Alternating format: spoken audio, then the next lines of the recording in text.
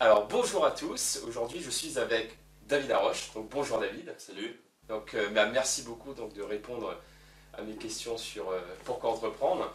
Donc tu as un super parcours, donc ça fait super plaisir donc, de t'interviewer aujourd'hui.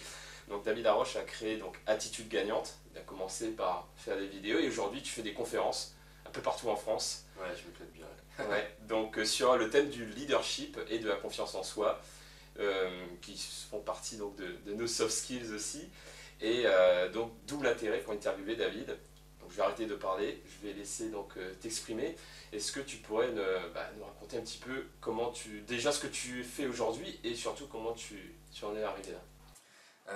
Alors qu'est-ce que je fais aujourd'hui? En fait, mon métier, vraiment mon cœur de métier, c'est la conférence. Donc je fais un maximum de conférences, format 2 heures, parce que pour expliquer, en France, en Europe et un peu. Je commence un petit peu petit à petit aux États-Unis.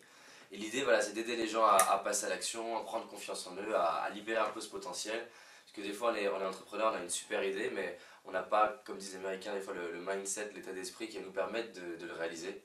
Donc voilà, je travaille beaucoup sur comment être la personne en capacité de faire ce dont j'ai besoin. Et après, une fois que j'ai fait ça, j'ai tout l'aspect séminaire, où là c'est des formats plus longs, et l'aspect web, où là je fais effectivement beaucoup de vidéos, que ce soit énormément de vidéos gratuites, plus de 250 je crois qu'on a gratuitement, et voilà, des programmes plus longs, payants, qui aident les gens justement, vidéo par vidéo, à découvrir la méthodologie que j'ai créée, parce que je suis un ancien timide comme tu sais, sur comment passer à l'action. D'accord, justement, donc tu étais un ancien timide, aujourd'hui tu ne l'es plus. En plus tu es jeune, comment tu en es arrivé là aujourd'hui? Parce que c'est quand même, tu es quand même jeune et aujourd'hui être conférencier à cet âge-là c'est quand même peu courant. Donc comment tu as pu, d'où déjà tu es parti, d'où c'est venu cette envie et comment tu as construit petit à petit ce rêve?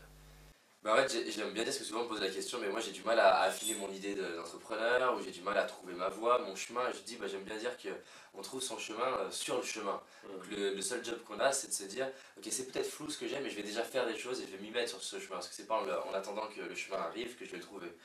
Donc, en fait, je passais mon temps à me plaindre, parce que j'étais mal dans ma peau, j'étais malade en plus, jusqu'à mes 15 ans, et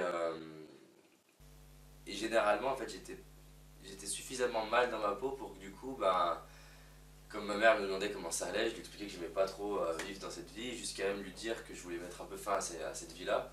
Et en fait, ma mère, au bout d'un moment, elle a fait un truc intéressant qui n'a pas été loin d'être agréable. Elle m'a dit, écoute David, si ta vie, elle te va pas, je veux plus t'entendre en fait. Et tu la changes. Mais je veux plus t'entendre. Mm. Et ce jour-là, je me suis dans ma conférence que j'ai détesté ma mère. Elle m'a fait un premier cadeau qui était de me dire, écoute, si ta vie elle te va pas, en fait, t'es responsable. Arrête de chercher des excuses chez moi, chez ton père, dans la société, chez les autres. Qu'est-ce que tu fais pour changer en fait? Et là, ça a été la grosse baffe, comme dit Steve Jobs, le médicament dont le patient avait besoin, quoi, qu'il avait été viré. Et je me suis dit, ok, je sais pas comment je peux changer, je ne sais pas si je vais réussir à changer, je ne sais pas combien de temps ça pourrait prendre, mais un truc qui est sûr, je vais m'impliquer pour changer. Alors je me suis impliqué, ça a duré 3 ans, c'était long, c'était un peu comme je pouvais. Et après 3 ans, je prenais des cours de conduite, comme beaucoup de gens à 18 ans, et en fait j'ai réalisé que pour apprendre à conduire, je prenais des cours. Et je me suis dit, mais pourquoi il n'y aurait pas des cours sur la communication, ou la confiance, ou le leadership? Là, j'ai consulté l'oracle, comme dit Philippe Guébier, et j'ai mis sur Google confiance en soi, communication, et j'ai découvert des livres, des audios, et en fait je suis tombé sur Pouvoir illimité, Anthony Robbins. Anthony Robbins, ouais. Qui est le premier livre. En fait, quand lui a écrit ce livre, il a 21 ans et moi j'ai 18 quand je le lis. Et je me suis dit, putain, mais c'est énorme. Mais il dit un truc, il dit, vous voulez des résultats, inspirez-vous des gens qui ont les résultats que vous voulez. Sauf que quand je lis ce livre, je dis, mais c'est tes résultats avec toi que je veux. Parce qu'il part d'extrêmement mal dans sa peau voilà, à un conférencier et tout. Et alors, je savais pas que je voulais devenir conférencier, je voulais déjà être aussi à l'aise que lui. Et moi, j'étais parti en études d'ingénieur en fait, informatique. Et le troisième déclic, et ça a été de me dire, voilà, ma confiance avait pris vraiment un bond, et scolairement, mes notes à l'oral commençaient de passer de 3 sur 20 à 10, à 18, etc. J'arrivais à avoir les stages que je voulais, ce qui était bizarre, à être à l'aise avec les gens, à l'aise avec les filles, à l'aise en boîte de nuit, à l'aise pour créer un réseau. Et ça me paraissait un peu la lampe d'Aladin, quoi, le truc un peu incroyable. Donc de façon un peu excessive à cette époque-là, je voulais absolument le partager, quoi. Mhm. Quand je dis excessif, c'est que j'étais pas trop dans l'attention de savoir si les autres en avaient besoin, il fallait absolument que je le donne. Mais je suis tombé sur un bouquin de justement pourquoi entreprendre, enfin un peu dans cette idée-là, tu vois, sur l'idée de pourquoi entreprendre. Il disait voilà, si vous avez une idée qui vous passionne et que vous aimez la partager, ou transmettre ou donner ce truc-là, alors il y a une entreprise derrière. En fait, en gros, c'est juste une passion qu'on aime donner. Je me suis dit, mais ça, ces deux trucs, je les ai en fait. Et à partir de ces deux trucs-là, je me suis dit, bah, comment je peux utiliser l'informatique, j'étais ingénieur en informatique, pour non pas me faire connaître en tant qu'expert, parce que j'avais 20 ans, mais j'avais marqué sur mon site, je suis votre cobaye. Je me suis dit, ce que je vais faire, c'est que je vais prendre tout mon argent de côté, plus les jobs d'été, et je vais l'investir pour me former en PNL, énagramme, hypnose, etc. Je vais tout appliquer. Puis aussi, je vais en parallèle, je vais rencontrer des gens qui m'inspirent, sportifs de haut niveau, entrepreneurs, conférenciers. Et à partir de ces deux trucs-là, je vais tout tester et dire ce qui marche pour moi. Et c'est comme ça qu'est née Attitude Gagnante. C'était de me dire quelles sont les attitudes qu'on retrouve chez toutes les personnes qui réussissent, les meilleurs entrepreneurs, les meilleurs conférenciers, les meilleurs auteurs, les meilleurs artistes, les meilleurs comédiens, les meilleurs acteurs, que je pourrais intégrer. Et voilà, j'aime beaucoup l'idée qu'avant même de savoir ce que je dois faire, qui je deviens pour arriver à avoir les résultats. D'accord, et ce qui est intéressant dans ce que tu dis, c'est que d'abord on va apprendre, donc quelque part tu as une phase de prise de conscience déjà, ah j'ai besoin de quelque chose, donc après tu vas te renseigner, donc t'instruire quelque part par la théorie, mais tu vas pas rester à la lecture du livre ou au visionnage de la vidéo. Merci de préciser ça. Voilà, tu vas tester tout de suite, par exemple on a vu dans ta vidéo... tes challenges aussi, aller dans le métro, essayer de booster les gens dans le métro. Et c'est vrai que c'est hyper important donc d'entreprendre ce qu'on a appris pour l'intégrer vraiment en soi. C'est la base, c'est clair. Et lire ou s'instruire ne suffit pas. Ah bah de toute façon, je commence mes conférences en disant un truc que les gens n'aiment pas trop, mais ça me fait rire de le dire. Je leur dis, bon, ok, qui a déjà lu des livres? Alors là, tout le monde se marre, il lève la main. Ok, qui a lu des livres d'entrepreneuriat, développement personnel? Alors là, il y en a à peu près 90% qui lèvent la main. Qui a lu des audios, fait des formations, machin, ok, donc ils sont tout contents en fait. Il a dit bah c'est génial, mais je m'en fous. En fait, tout ce que vous savez, je m'en fous. Et d'ailleurs, dans la conférence, si à un moment donné vous vous dites ça je le sais déjà, je m'en fous aussi. En fait, ce qui m'intéresse, c'est pas est-ce que je le sais, mais est-ce que je le fais. Et est-ce que je le fais de la façon dont il le dit, ou aussi longtemps qu'il le dit. En fait, je vous demande pas de me croire, je m'en fous aussi. Mais juste de vous dire, si vous êtes sceptique, vous avez le droit d'être sceptique déjà. Expérimentez pendant un mois et regardez si ça vous parle.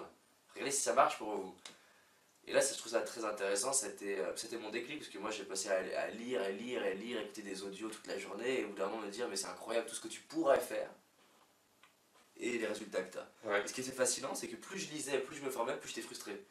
Parce que mes résultats, ils augmentaient un peu. Mais à côté de tout le potentiel en moi qui était en train de se dire waouh, tu pourrais arriver à faire ça, tu pourrais faire ça. Et plus je me formais, plus je lisais, plus j'étais frustré. Et en plus de ça, j'ai réalisé que j'étais loin d'être le seul.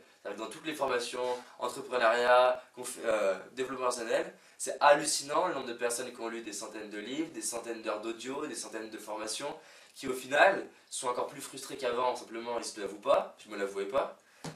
Et en fait, je me le suis avoué le jour où c'est un entrepreneur qui cartonnait socialement, financièrement, spirituellement, dans tous les niveaux, et qui me dit David, c'est incroyable ce que tu sais. Il voulait être gentil, hein. Mais là, ça m'a mis triple baffe dans la figure. Je me suis dit, mais pourquoi ce type m'admire alors que c'est moi qui l'admire. Et là, ça a été la baffe. Je me suis dit, bon, arrête de lire sans appliquer. Commence à apprendre moins et applique plus, quoi. Ouais. Et c'est valable aussi, et surtout en entrepreneuriat, par exemple pour le business plan. Vous savez, moi je participais à un congrès, faut-il brûler le business plan? Moi je pense oui, et c'est ma vision. Et je suis d'accord aussi, parce qu'en fait... va, on va pas se cracher dessus là. Parce qu'en fait, par rapport au business plan, on va créer des plans justement pour arriver dans 5 ans à atteindre un objectif. On ne sait pas si ce sera le meilleur objectif qui soit déjà dans 5 ans, parce que dans 5 ans c'est hyper loin. Et en plus, on se focalise sur le futur et pas sur le présent. Alors que c'est maintenant qu'il faut créer, c'est pas plus tard.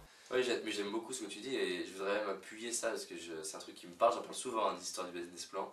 Même aux gens qui sont pas entrepreneurs, parce que j'aime bien le dire, tout le monde est entrepreneur, on est au moins entrepreneur de notre famille, de notre vie, ouais. etc.